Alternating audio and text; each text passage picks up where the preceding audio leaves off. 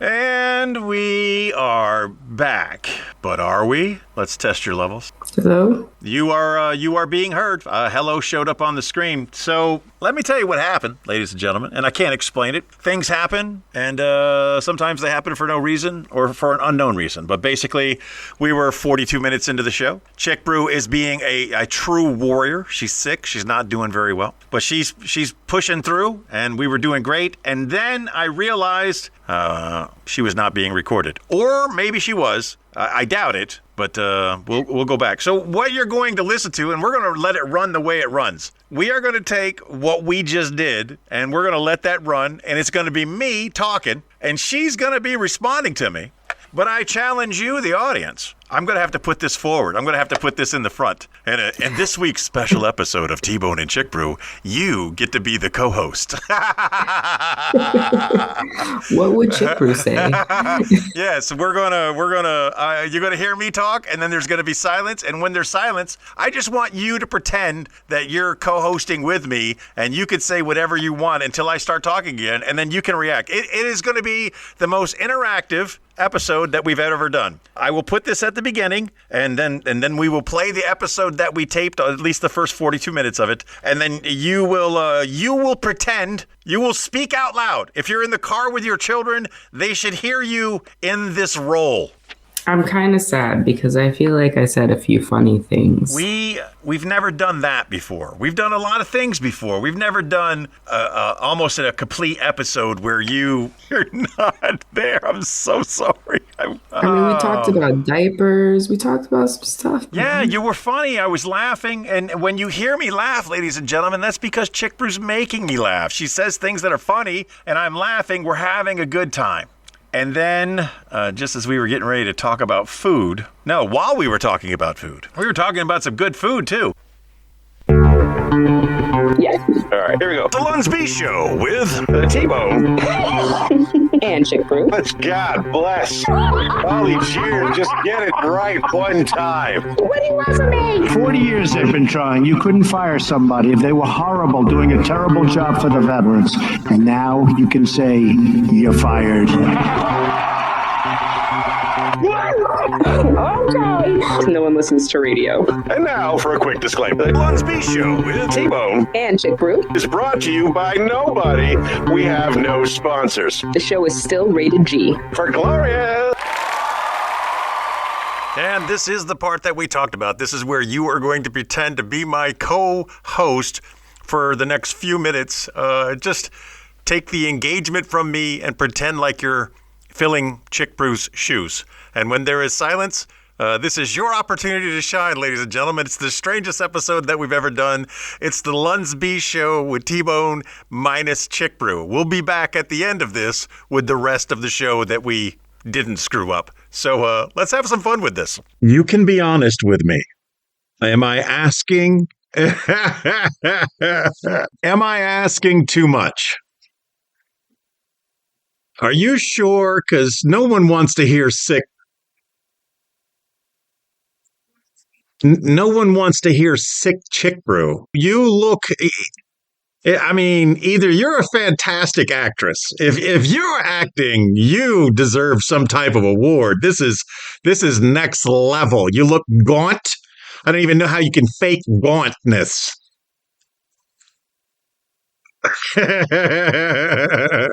You look disheveled and gaunt. You got all the things, and you got the grovel.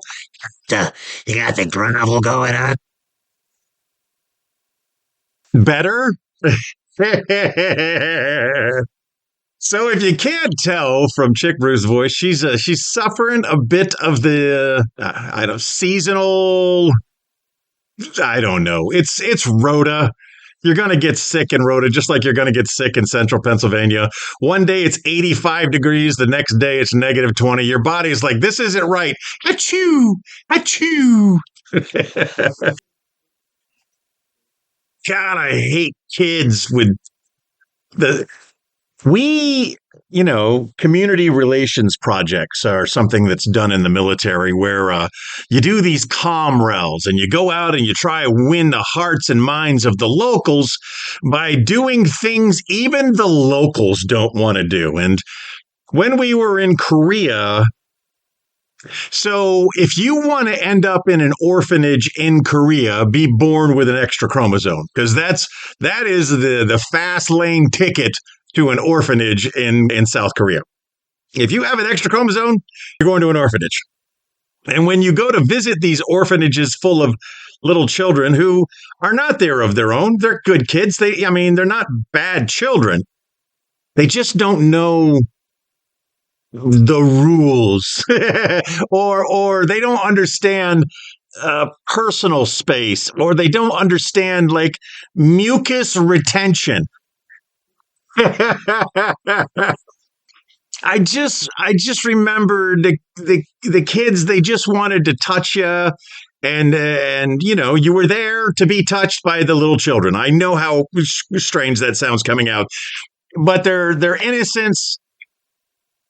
They're innocent. You're there in uniform and you're looking all sharp, and they just want to touch the Americans. That's all. But none of them practice mucus retention. As a matter of fact, they've become experts at the opposite of mucus retention. They can make these giant bubbles. They would make a giant bubble out of one nostril, and then they would approach you, and at any second that thing's gonna explode. Oh my God, I hated doing comrels and again, nothing towards the kids. But then again, everything towards the kids. I don't want to say anything bad about the kids, but everything I got to say bad is about the little kids.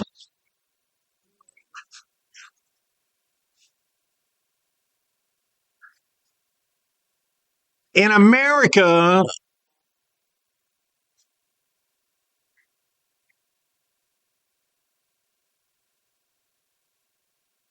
I'm not Lysol spraying the counter. I'm Lysol spraying the child. I'll make it look like an accident, but you keep your little snot-producing germ spreader away from me. I'm too old to get sick anymore. Can't get sick anymore.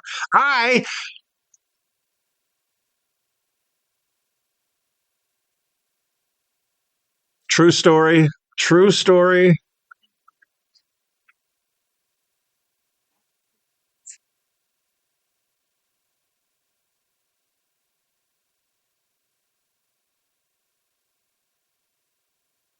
You should not be here. Oh God, you with this. I, I know you're 6,000 miles away, and I'm only looking at you on a computer screen, but I am repulsed. I am repulsed. I am sitting back away from the microphone and away from the camera, just in case, just because I can't. Oh, okay. I will never open any mail. I'll never open any mail from you again. I don't understand. And our friend, a listener of the show, Corey, she got deathly sick. And then when she returns to work, she's speaking like Catherine O'Hara or whatever the actress's name from Romancing the Stone was. I don't know why I'm sounding like Batman at that point. Oh, I love Marge Simpson's sisters because that's the voice of all women in my head. Yes, that's what all women sound like to me. That's why I do such a fantastic impression. It's rough. So yeah, Corey comes back and she's talking like that, and I'm like, why even be here if this is your normal register? Go away, go be sick somewhere else. And I don't think people are catching up to my nonverbal cues, but when anyone approaches me that seems mildly sick, I am creating as much distance as I can create from them. I don't want to be around sick people. But I also don't want to look like the freak that I am. I don't, we got people, they wear masks all the time and they wear gloves all the time, and they got the Lysols out, and they got the hand cleaners and the cleansers, and you can't be that. There's a certain amount of germs that you have to embrace that make you, I mean, not so much now, but I mean, as a child, I had no problem playing in the dirt and coughing on my friends. But as you get older, you have to be slightly more prepared for other people's germs. I'm not I'm not saying this person's name, and he'll know who he is.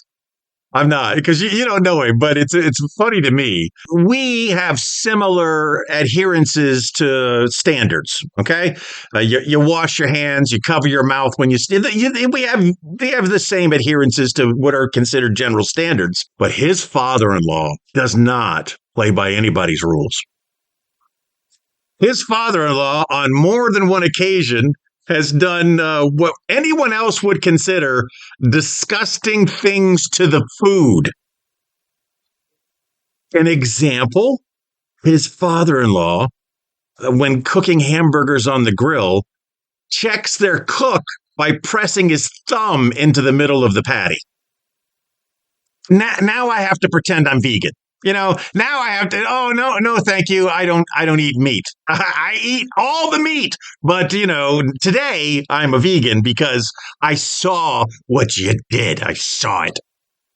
Most recently, and this is insane. Most recently, the wife pours chips into a bowl. Okay, okay, that's nice. And the only way that could be further extended is if people who wanted chips from said bowl poured their chips onto a plate. So nobody is putting their TTs in the bowl. So nobody is, I can't use that one, obviously.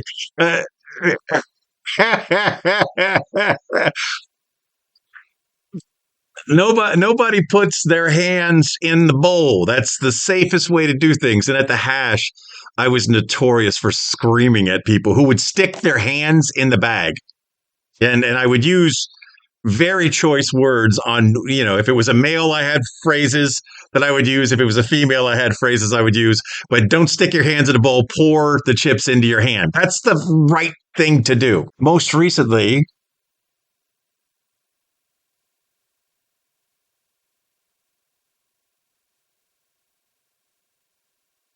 okay, this is acceptable. But I mean, if it's your house, what they don't know. But don't ever tell me. As long as you don't tell me, it's like swimming naked in your pool. If I don't know, yes, yes. Yes, you have since educated me that the water touches all the spots. But previously, I just didn't want to be in your pool because there were naked people in the pool, and I wouldn't want to be in your hot tub because there's naked people in it. Now, I realize the water touches everything. Doesn't matter whether you're clothed or not. I have been, and learning has occurred. But so the most recent example of my friend's father-in-law doing something that we would consider wildly inappropriate. The wife pours the potatoes into the bowl. He goes to the bowl. He grabs a handful of potatoes out of the bowl. Strike one. Strike two, he stirs the remaining potatoes, chips that are in the bowl. He's just stirring them with his handful of potatoes. And to finish it off, he starts smashing the edges of the potatoes that are in the bowl with his hand full of potatoes. Look, man. If you wanted a bowl full of potatoes, you could have just taken the potatoes. All of this that you just did, none of that was necessary. You sure as heck didn't need to crush the remnants of the rest of the potatoes. But that's a one-time strike with me. That's it. That's not 3 strikes. That's one time. I see you do something like that one time. I'm never coming back to your house. Ever. Anyone who uses their wash rag or their wash sponge for dishes on the counter and on the floor. Yeah, man. Yeah, and again, I'm passive for the most part. I mean, I have an aggressive personality, but I don't like confrontation. I'm not afraid of confrontation, but I don't like it. So if I see you commit what I would consider a severe party foul in your home, I'm just never coming back again. And I'll leave you with the mystery of, I wonder why T-Bone never pays us a visit anymore. I know why I never pay you a visit anymore, because I saw you use the dish sponge on the floor. Not.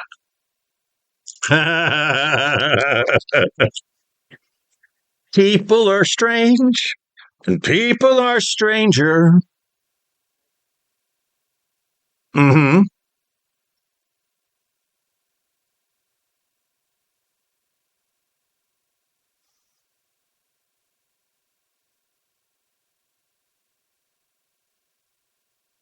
I ain't never grind my feet in nobody's couch.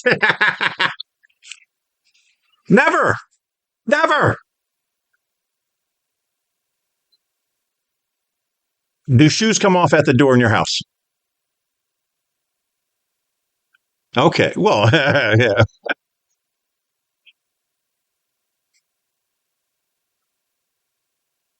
that's fun.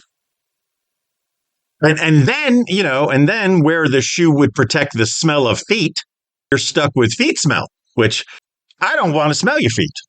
I don't want to smell any odoriferous part of your person.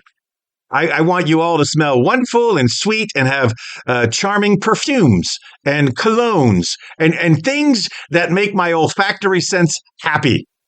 But any of your odoriferouses, I have no need for any of them. If you're a gassy person, stay home.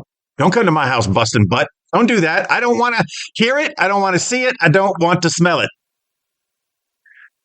Always be polite. I'm at a comedy show a couple of months ago, and I stepped out. I'm tired of sitting, and I needed a break, and I step out, and I follow another comedian out, not thinking anything of it. And I said, "Yeah, blah blah blah," and he goes, "Yeah, I just came out here to fart." I'm like, "Oh, let me give you some room then," because I had a feeling that was going to be potentially bad. Hot topic. I was doing the hot pocket, but with hot topic. Hot topic. Yes. I mean, where else are the kids going to get their meat noodles?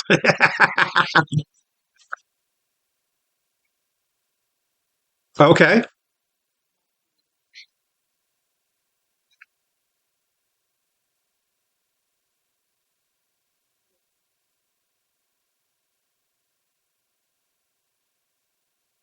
Changing booth. Yes. That's awesome. Yeah, chemical warfare to prevent shoplifting. Doesn't I mean our friend Alex, he's a hot topic employee, but he's in his 40s, so I think it's weird. Anyway, isn't there always a curtain in the back of the hot topic to like another area that if you just went behind the curtain, you could see more things. But most people don't go behind the curtain. It could be that. That could be true. I don't know. Hot Topic. They pretty much. I mean, they're basically a Spencer's these days. They got all the. They got all the things that you wouldn't think are appropriate in a store for clothing in there.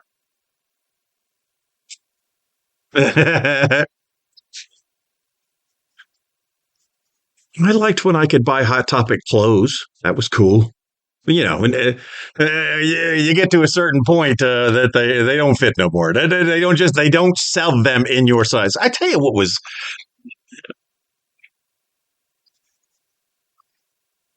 Yeah, what I had no idea what Torrid was until Dom Driscoll told a joke about Torrid, and I asked for explanation later, and he explained it to me. But I had never heard of that before in my life. Uh, ah, eh, no, I would like to not shop at Torrid or something Bryant, Lane Bryant. I don't want to shop at those places. Or XXL, I think, is another place that constantly sends me material. Come to XXL and buy our stuff. No, I don't want to buy your stuff anymore. I want to start fitting into normal. I want to dress like a normie that shops at Hot Topic. Yes, well, I try to stop eating, but she keeps feeding me. It was so funny. She likes them real thick and juicy. No, I come home and it's this, I know I have to be down here at this time to be with you. I know that. And the normal routine is I come home and there's some food and there's a light conversation. Like I say something like, how was your day today? And she will say, it was all right. It was good. And that's the end of the conversation. I try to engage her. She doesn't want to be engaged. She gives me 1-2 word answers. And that's all of our dinner conversation. But tonight, I know I have to be down here. But she doesn't know that I'm on a timeline. But tonight, not knowing I'm on a timeline, she wants to tell me about all kinds of things. And she's just she's telling me all this stuff. And I want to listen. And I don't want to leave because I genuinely love my wife. And I want to talk to her, engage her. But at the same time, tick-tock, I know you are waiting patiently for me. Not so patiently as it turned out. Yes, and then 2 minutes in.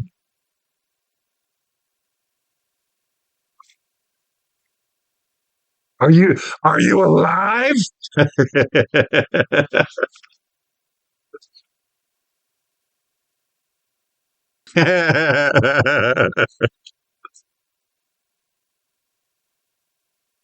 I think that's another of the unwritten rules that maybe we should just write down. Maybe the unwritten rules need to be written. Cover your mouth when you cough, wash your hands when you go to the bathroom, and be on time.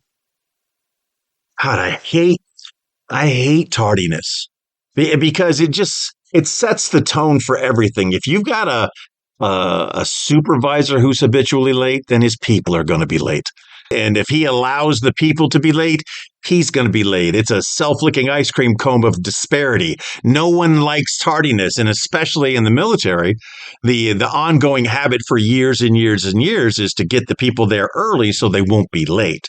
So you have an event that's going to go down at noon, and leadership decides everybody needs to be there at 11 so that they're not late for the noon start time. And then the next level of leadership decides that, well, I mean, if we're going to be here at 9, we might as well be, at 10, we might as well be here at 9. And it keeps reverting backwards. And I got to a point in my career, I would not stand for that anymore. What time does the thing start? Well, we want you there at 11:45. That's not what I asked. Yeah. What I asked is, what time does it start? You don't have to tell me to be early. I know to be early because I hate tardiness. I hate it.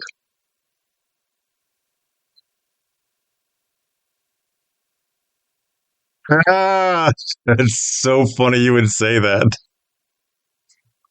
You can't be the first. You can't be the first. And as much as I hate tardiness, and I am married to someone who hates tardiness as much as I do, we're very punctual people. We're 15 minutes late or we're late. 15 minutes early or we're late all the time. But this instance is where we butt heads because she still wants to be 15 minutes early, even if it's a social event at someone's house. And I refuse. I refuse to be the first person to enter someone's house. I will park a half a block away to watch other people enter the house first. I don't care what time they show up. If they show up an hour late, I'm showing up an hour and 1 minute late. I am not going to be in that awkward, hey, let me show you the house. Let me take you around. Let me show you. Oh, look, over here I got a kitchen. You see, my kitchen's got a sink and a stove and a refrigerator. Oh, wow. Mine has that too. Over here's the living room, and the living room, it's got a couch, and it's got a tub. I have those same things in a place I also call the living room. Can we can we just drink a beer in silence? Can we do that instead? That's how I would like to spend our time together while we wait for the rest of the guests to possibly show up. No, because that time I'm spending with their dog, I could have spent with my own. Yeah. So, unwritten rules. We're going to start writing these down. We're going to start making these a thing. You know why? Because people like Mike and Shirley would appreciate this. Mike and Shirley probably our biggest fans. You know, there's other people that try to take biggest fan title from them, but they're constantly commenting and providing quality feedback. Now they don't do a lot of fan art.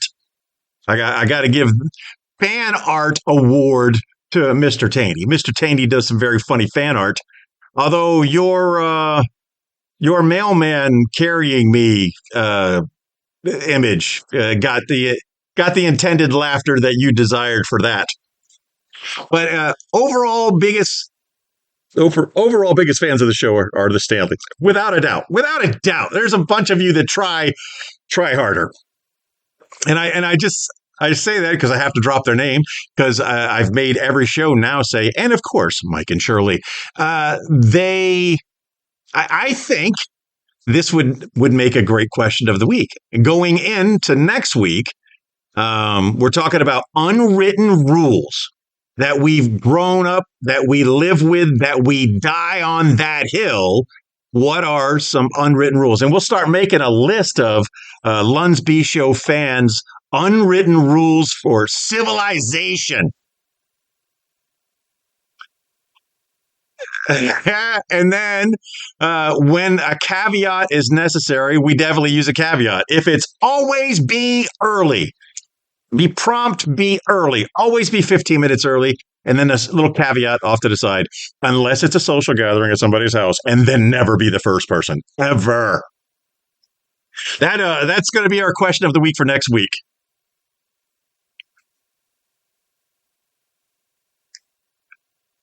That's acceptable. I can deal with that. So yeah, we'll solicit your opinions, and then we'll share them with all of the listeners. What is an unwritten rule that you want to see written down? I talked briefly about my friend Dom Driscoll, very funny cat. Dom Driscoll, former host of the Working Man podcast, is now co-host to the Dom and Pickle podcast. And they have invited me on their show. Taping is going to be on the 29th of April. I have thought about trying to get a large amount of people to come with me to make an impromptu studio audience. I think that could be fun. But at the same time, I haven't executed the thought of that plan because I am, where I start focusing on a thing and then I start spinning out of control because I'm focusing on the thing. I'm starting to do that now with their show because their previous guests on the show have done an amazing job, and it's a talent pool of people that I respect, and I don't want to go on the show and blow it. I don't want to go on there and not be entertaining and not be funny and I'm starting to put that stress on myself, and I'm starting to work through the stress. And it's 22 days until we tape that episode, and it's going to be 22 days of me. I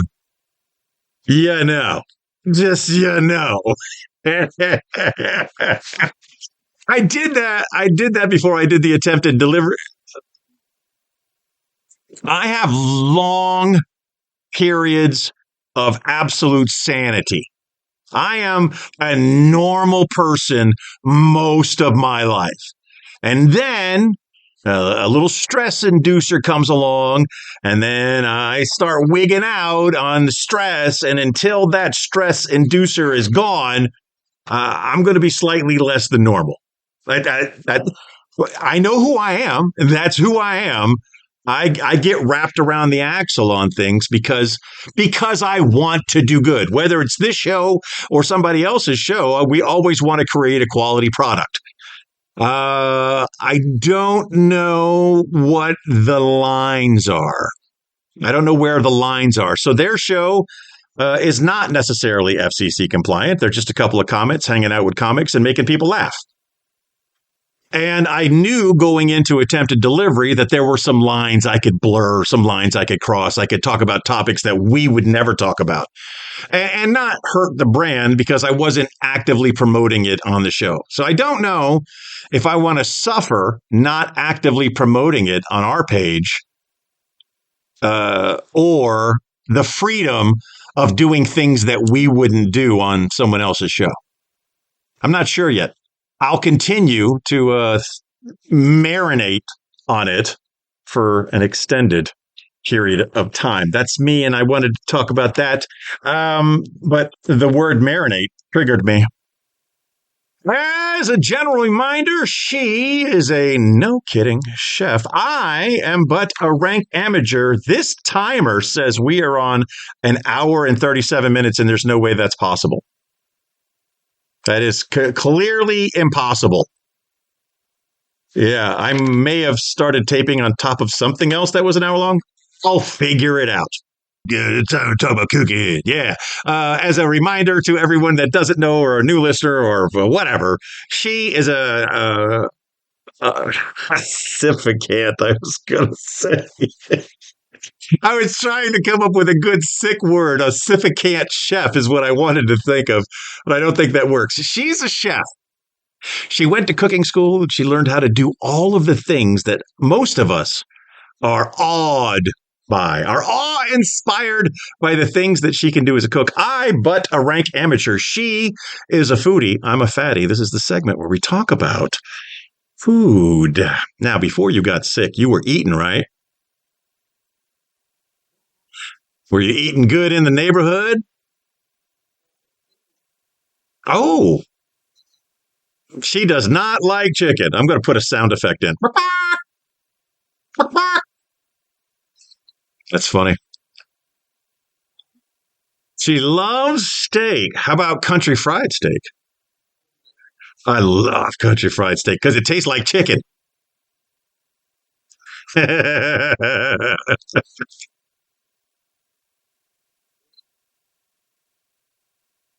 I saw. Yes, you're so sick, but you're chipping out of the sandpit very well, by the way.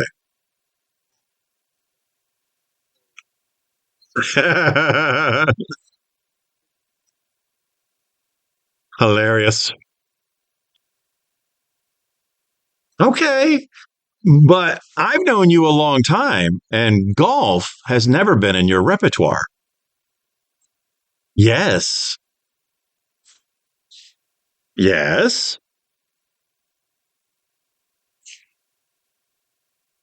So you've reached a pay grade. Oh, that's not good. Say something. Dude, are you kidding me right now? Speak. There's no way, man. There's no way. I'm not receiving you. I started noticing these long patches of emptiness, and sometimes that's just because your levels are so low, but I'm pushing buttons. I've got nothing coming from you.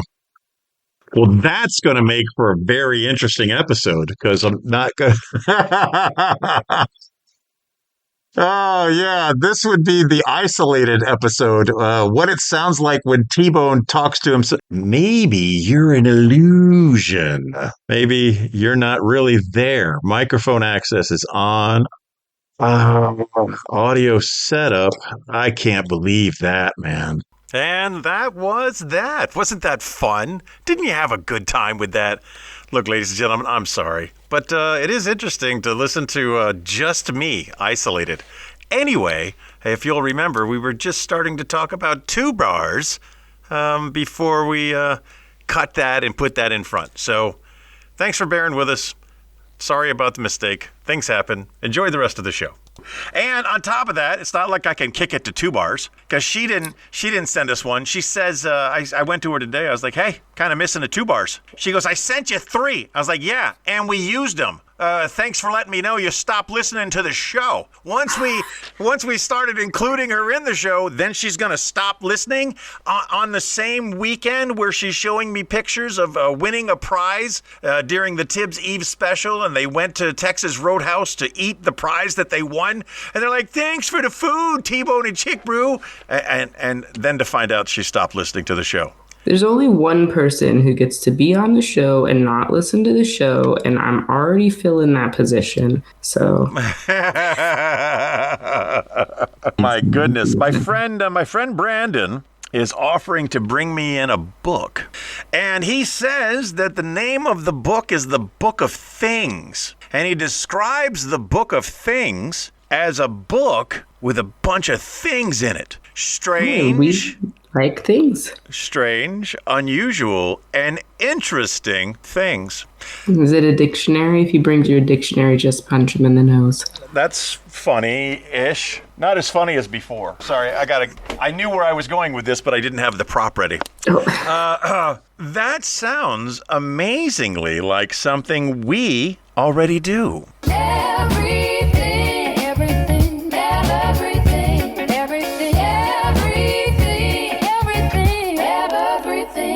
The book of everything. One of everything. One of everything. One of everything. The book of everything. One of everything. The book of everything.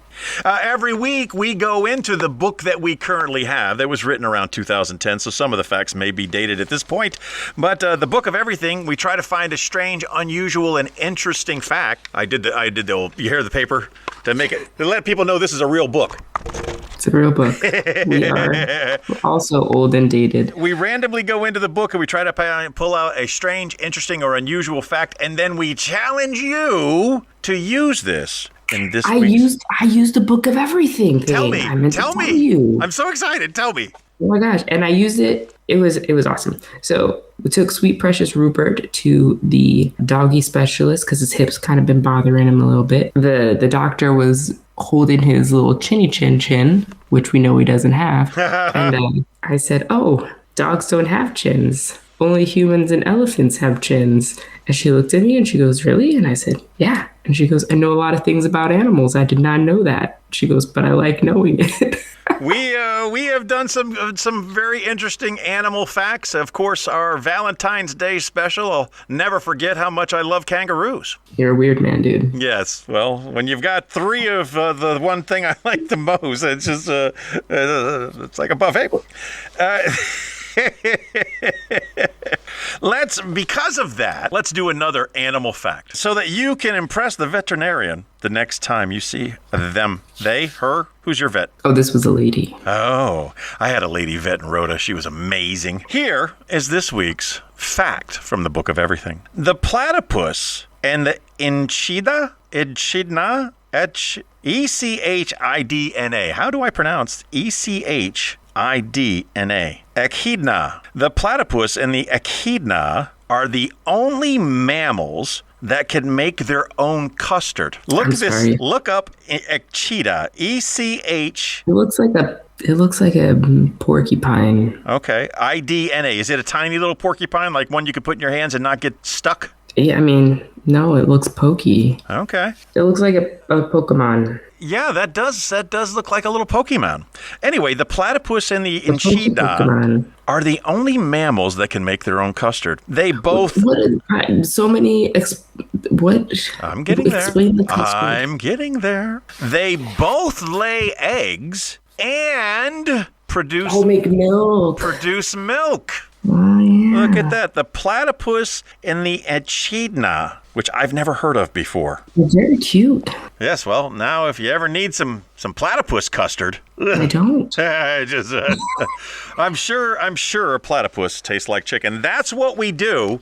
Every week we go into the Book of Everything and we pull out a strange, unusual, or interesting fact, and we challenge you to use it in next week's conversation. So find a way to talk about animals that can create their own custard, the platypus and the echidna. And that was this week. I want to play it again. Everything, everything.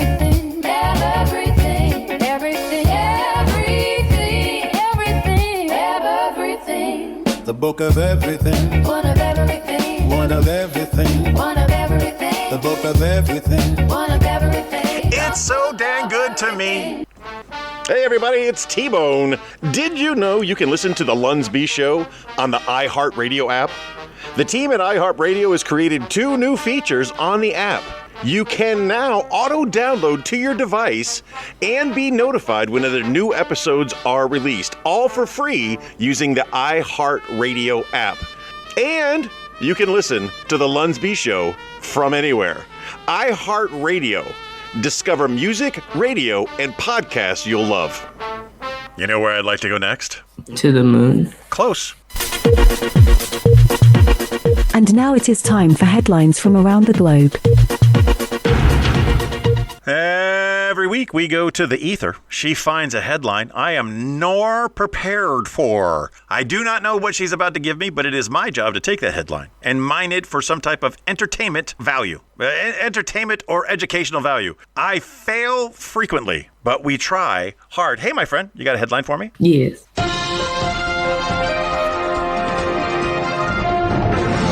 Thieves steal 12 tons of Kit Kat chocolate bars in Europe. Thieves steal 12 tons of Kit Kat chocolate bars in Europe. It has to be a truck thievery thing, okay? Here's what happened. A couple of bad ne'er-do-wells, they see a truck, it's probably running. Man, once upon a time, if you left a vehicle running near me, and even if I didn't need the car, I would still take your car. I wouldn't go far with it, but I was definitely taking the car because the opportunity presented itself. And here we have a couple of kids walking down a street in Europe. It's probably an unmarked, it's your standard European transport van that's all white and graffitied and dirty, and it's running, and you have no idea what the cargo is, but you're hoping it's $1 billion, and there's no driver around, and it's a crime of opportunity.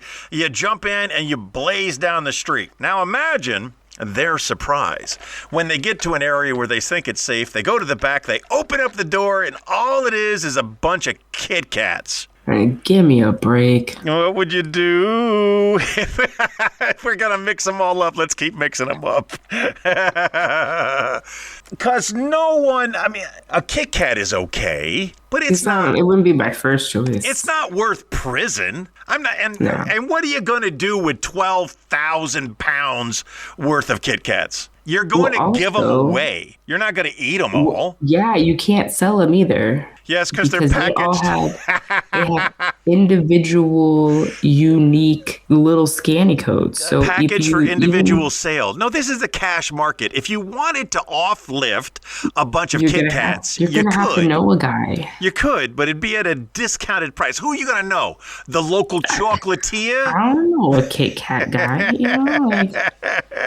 I'm going to do like back in the old school days. I'm going to go find all the people who are indulging in the devil's lettuce. Oh. I'm going to acquire my sites on them and be like, hey, you want some discount Kit Kats? Like, that's where I'm offloading these. Yeah. Like a Girl Scout at a dispensary. You know what I mean? Which apparently they did recently. Apparently the Girl Scouts of America punished a particular troop because these geniuses set up a Girl Scout cookie stand near a marijuana dispensary. First of all, gold stars all the way around. Excellent job, young ladies. Apparently the Girl Scouts of America say they can only sell Girl Scout cookies in front of establishments that they can go in, which I always wondered why they weren't selling Girl Scout cookies out in front of my bar. Like, this would be a good place for a Thin Mint. Bring me some freaking Samoas or whatever those crazy ones, the trifectas or the...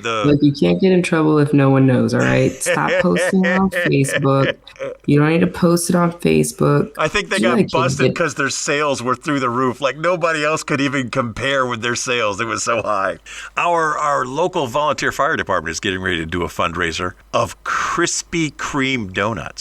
You order the Krispy Kreme donuts, and then they're going to make a trip down to the nearest Krispy Kreme and bring them all back. Now, I want to participate in this fundraiser, not because of the Krispy Kreme donuts, because I think it's because a of fun... the shirtless firefighters saying I would also participate. But because I think it's a good fundraiser and it would be fun, but at the same time, those donuts are going to have to travel. And they're not, a Krispy Kreme donut is only magical when it's fresh. In the first 10 seconds. Yeah, when it's fresh off the conveyor belt. When you can, what normal people would call bite into, but I just inhale. When you can inhale a whole donut, because it's all air and sugar and cream, you can just inhale it. Those are the best. If there was ever a donut eating contest and Krispy Kremes were involved and they were coming straight off the conveyor belt, I would look like Homer Simpson in hell. Nom, nom, nom, nom, nom. I can see it. I can see it in my head. Leia Is this a fever dream? What's happening? Leia Shutkeever. Have you checked her out yet? Who? The competitive food eater by the name of No, Leia dude, Shutkever. I can't do it. Yeah, I think you could. I Can't know. Every time I watch, it makes me nauseous. I watched one of her the other day because she's fun to watch, and it was a hot dog challenge, and she just made them disappear. It was I talk about inhaling things like White Castles and Crystals and Krispy Kreme donuts. She literally inhaled individual hot dogs one at a time. There's no gag reflex at all. It's like she just pushes them down her gullet one at a time. It's pretty fascinating to watch, actually, to see it in live in action. I can't. Just thinking about it, I want to die. We went far from that headline. How far off was I on the Kit Kat heist of Paris? I don't even know if it was Paris. You said Europe. I assumed Paris because of the van in my brain. Where? So it hasn't been. The truck is also missing. They have so far. It's the perfect crime. Yeah, it set off. It was the final destination. Dun dun dun. Was Poland. It never got there, and neither did the merchandise. Yeah. Well, I mean, just look for a village of children somewhere in the Poland regions that instantly became way much fatter. Super happy. Yes. Look for all the Hansels and Gretels of gaining weights and... I don't know what Austria. I think it's near Poland. I don't know where we are right now. Hey, do you have another headline for me? I do.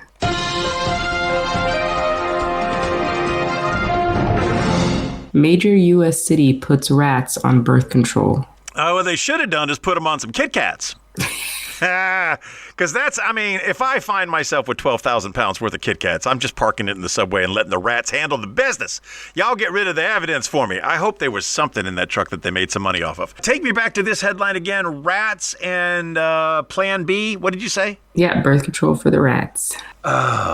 So, I'm a child of the 70s. When I was growing up, there was the birth control Rolodex. I don't know what you would call it. It was a round thing that you would later take pictures with. It was a disc. And inside that disc, there were hundreds of pills formed like a Tommy gun drum. They were just, and the ladies would have to take these pills on an hourly, I don't know how often they were taking birth control back in the 70s, but I do remember this disc.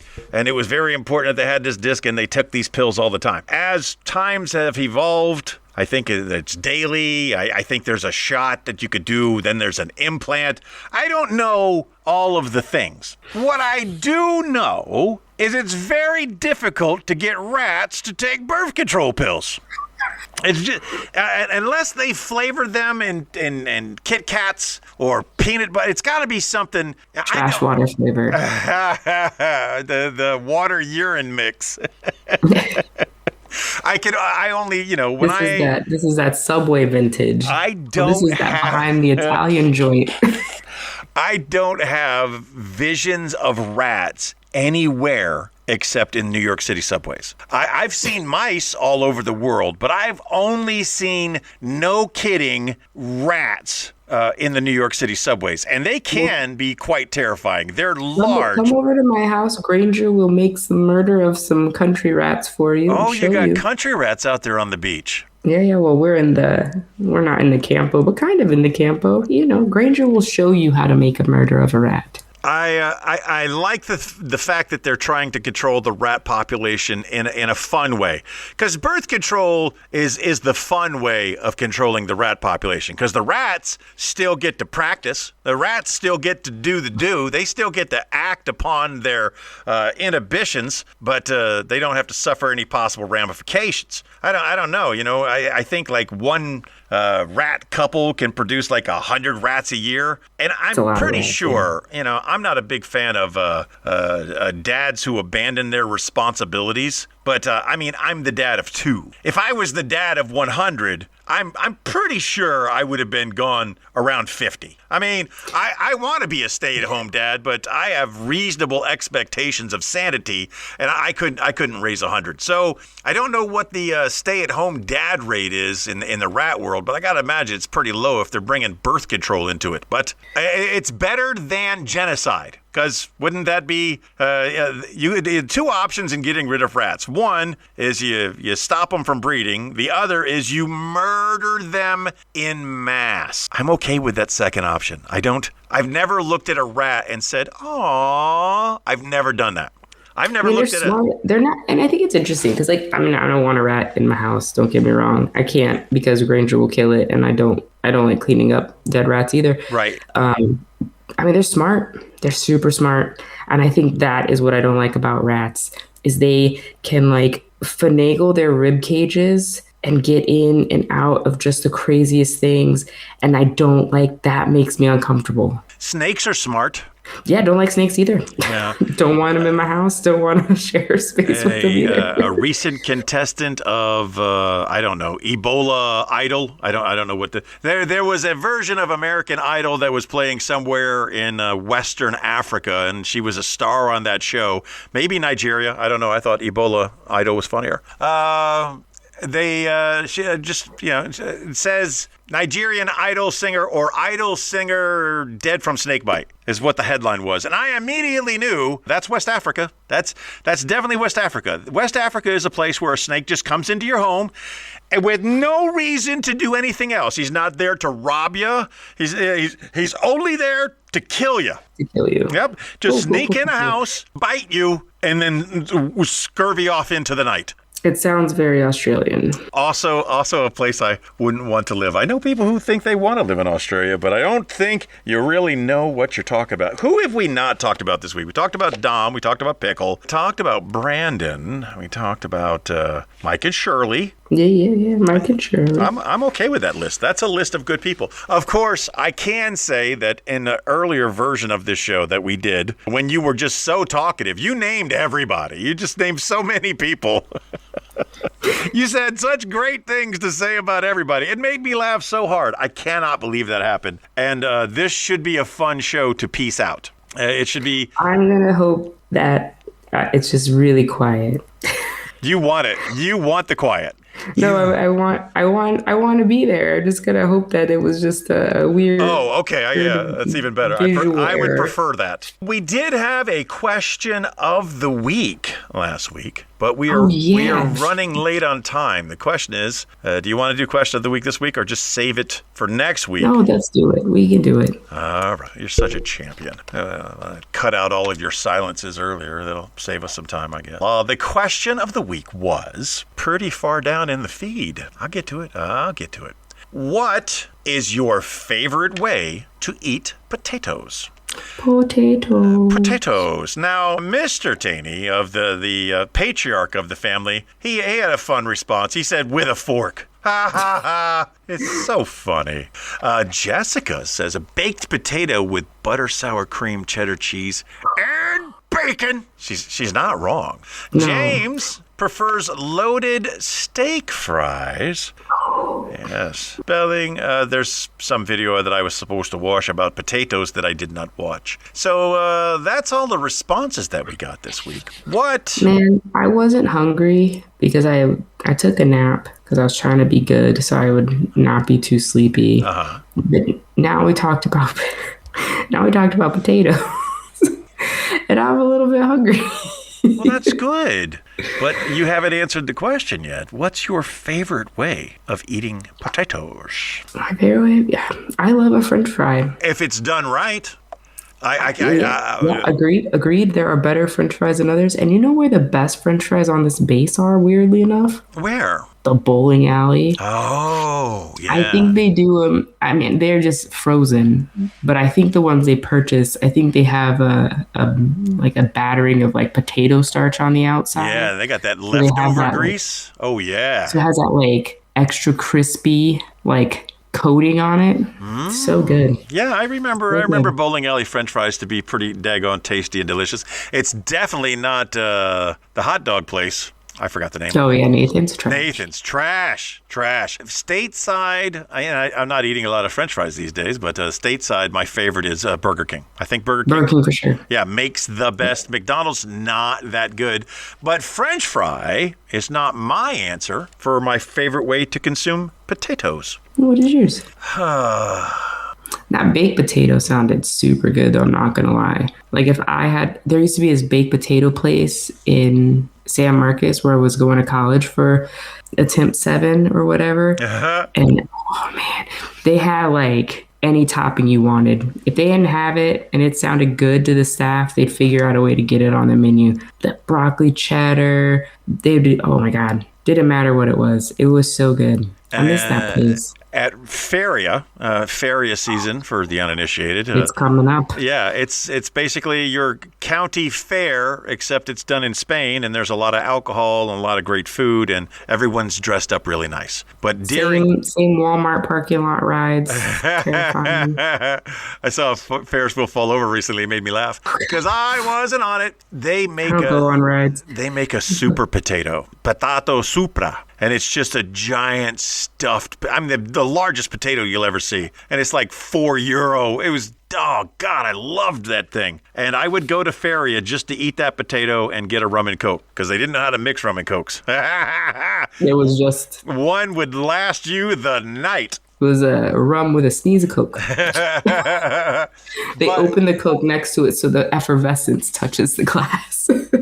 There are a bunch of ways. I don't like waffle fries, to clarify that. No, not my favorite. I love mashed potatoes. I really big fan of super creamy and delicious mashed potatoes. But if I could just waive all of the negative side effects, and it was the only way I could eat potatoes for the rest of my life without negative side effects, it would be Burger King's tater tots.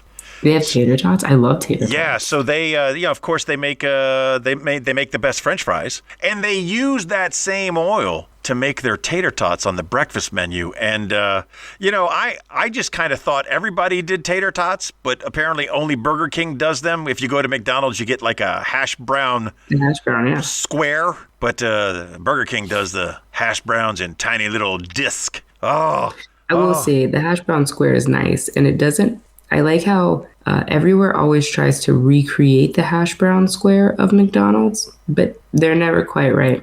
I gotta tell you, I'm a big old fan of some Waffle House hash browns. Well, oh, come on. Far superior.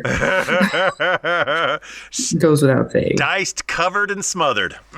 Dude, there is one of my favorite musicians, Carolyn Wonderland. She has a song, and I think it's called Waffle House Booth 6. I like it already.